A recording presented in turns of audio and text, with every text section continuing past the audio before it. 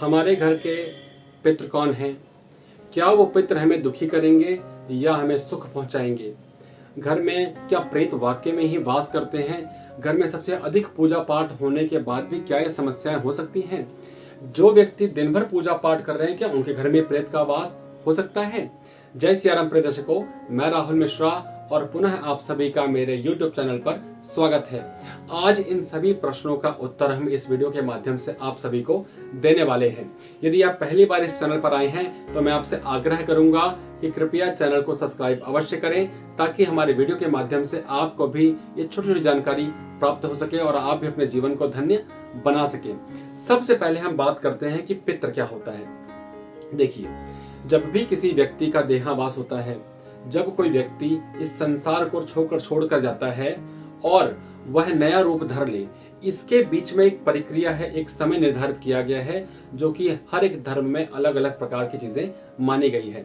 खासकर सनातन धर्म में जब भी किसी व्यक्ति का देहावास होता है तो एक निश्चित समय तक परिवार शोकाकुल रहता है और उसके श्राद्ध पिंड कर्म आदि को करता है। अब इन्हीं 10 गात्र में, इन्हीं 10 दिन में वो जो व्यक्ति है जिसकी मृत्यु हुई है, वो 10 दिन तक प्रेत अवस्था में रहता है। उस 10 दिन तक उसको किसी भी प्रकार का कोई भी शरीर प्राप्त नहीं होता और वो हमेशा आस-पास घर के घूमता रहता है। अब देखिए, जब वो 10 दिन तक घूम रहा है तो उसको भोजन कहाँ से मिलेगा? जिस व्यक्ति ने उस समय उसको अग्निदाह किया है या अग्नि मुख उसको लगाई है, अब उस व्यक्ति का दायित्व है कि वो इस 10 दिन में पूर्ण रूप से उसका पिंडदान करता रहे, ताकि उस पिंडदान के माध्यम से उसको भोज्य मिल सके, ताकि उसकी आत्मा हमेशा तृप्त रहे। अब जैसे ही 10 गात्र के बाद आप उसका शोक समाप्त करते हैं और विशेष रूप से 13वीं मनाते हैं कि ठीक है, अब इनके नाम से हम ब्राह्मण भोजन या आपके गांव के लोग या आसपास के लोगों को बुला करके भोजन किया जाता है, ताकि उसके थ्रू वह ग्रास उनको भी प्राप्त हो सके। और अब हम मानते हैं कि जो हमारे पितृ थे वह मुक्त हो गए हैं और उनको उनका लोक मिल गया है। लेकिन देखिए, विशेष रूप से क्या है कि यदि इन कर्मों में कोई भी त्रुटि रह जाए तो वो व्यक्ति प्रेत अवस्था में ही रह जाता है, वह पितृ अवस्था में ट्रांसफर नहीं हो पाता। क्योंकि जब किसी व्यक्ति की मृत्यु हुई तो आपने देखा होगा कि जब किसी ब्राह्मण द्वारा, किसी महापात्र द्वारा जब कर्म कराए जाते हैं तो वो खुद बोलता है कि ये प्रेत है और वो प्रेत के नाम से सारे कर्म आपसे करवाता है।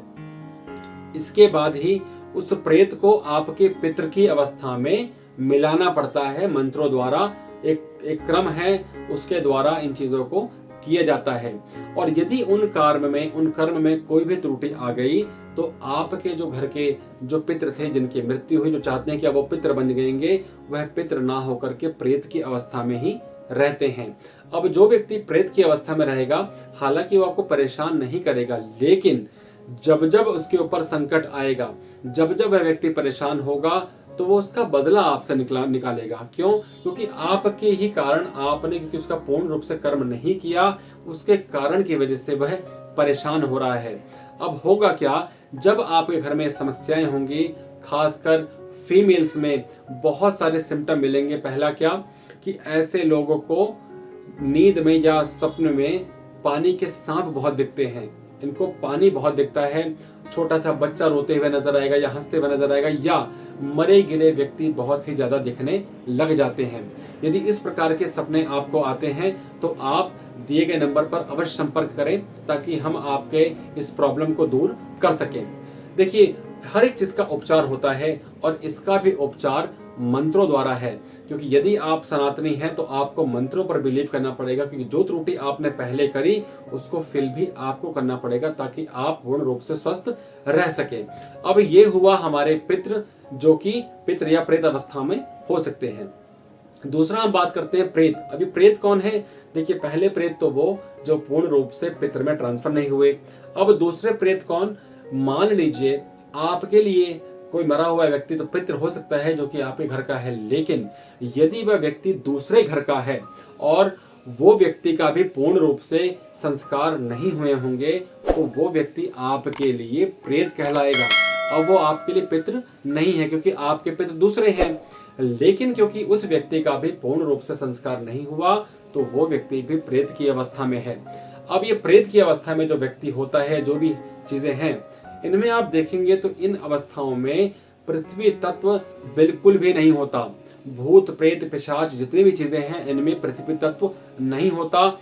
इसीलिए हमेशा ये व्यक्तियों के शरीर के प्रति आकर्षित होते हैं कि मैं इसके शरीर में प्रवेश यदि कर जाऊं तो मैं अपना जीवन आराम से निर्वाह कर सकता हूं।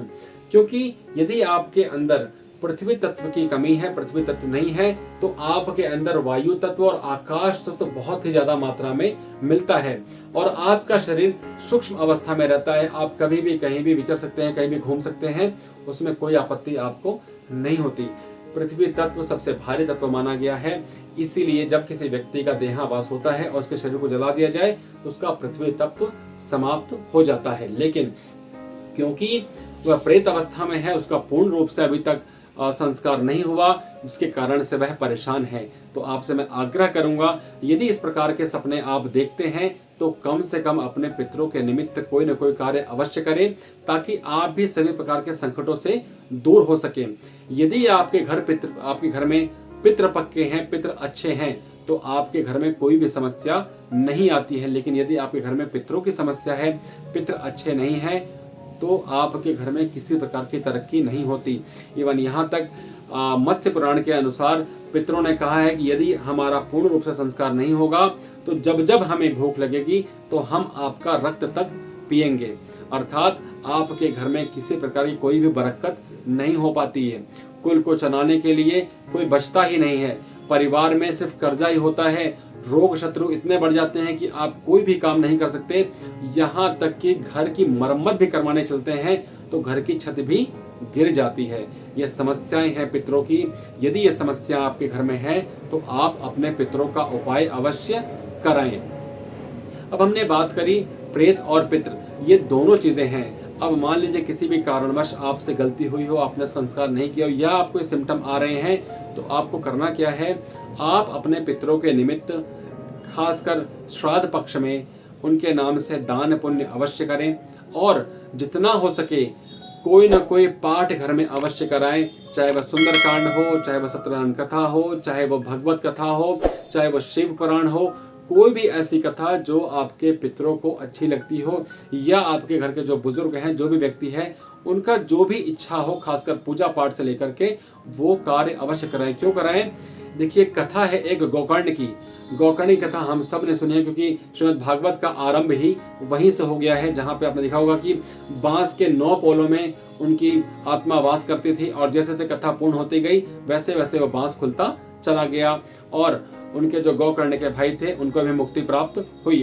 तो इनको मानना आवश्यक है कि यदि भगवान है तो पितृ भी हैं, देवता हैं तो राक्षस भी हैं। तो इनको जरूर माने, क्योंकि जब इनको मानना प्रारंभ करेंगे तो ये आपको खुद सिम्टम देंगे, खुद आपको बताएंगे कि कौन सा कार्य आपको करना है और कौन सा कार्य नहीं करना। यदि नहीं मानेंगे तो ये कैंसर वाली ऐसी बीमारी है जो कि देखने पर तो पता नहीं चलेगी, लेकिन जब पता लगेगी तो 4th स्टेज में आ चुकी होगी, जिसके बाद बचने का चांस नहीं होगा। तो यदि ये समस्या आपके घर में है तो इसका उपयोग अवश्य करें। इसका कम से कम इसका कोई ना कोई आप आंसर निकालें। इसके बहुत सारी चीजें हैं, घर में हो सके तो हवन अवश्य कराएं। जितना ज्यादा घर में आप हवन कराते रहेंगे, घर में शुद्धि कराते रहेंगे, उतनी ही चीजें आपकी अच्छी होती रहेगी। लेकिन एक नियम बनाएं कि कम से कम घर के अंदर गायत्री का पाठ अवश्य करें या ओम नमः शिवाय ओम का जप जरूर करें। ये एक ऐसा मंत्र है, यूनिवर्सल मंत्र है, जो पूरे यूनिवर्स को कंट्रोल करता है। और ओम की पावर ऐसी है जिससे आपके शरीर की संरचना हुई है। ओम की पावर ऐसी है जिसमें सब कुछ समाहित है। और जब इस ध्वनि को हम पुकारते हैं तो हमारे जितनी भी हमारी एनर्जीज हैं वह सब एकत्र होती हैं और हमारे पितरों का भला का चाहती हैं। क्यों? जैसा मन में आप संकल्प करेंगे उस प्रकार से वो चीजें बेनिफिट करनी प्रारंभ कर जाएंगी। तो कम से कम इन श्राद्ध पक्षों में अपने पितरों के निमित्त कोई न कोई कार्य अवश्य करें। विशेष जानकारी के लिए आप दिए गए नंबर पर संपर्क कर सकते हैं, ताकि यदि कोई भी समस्या आपको हो तो हम उसको सुलझा सकें। जय सिया राम।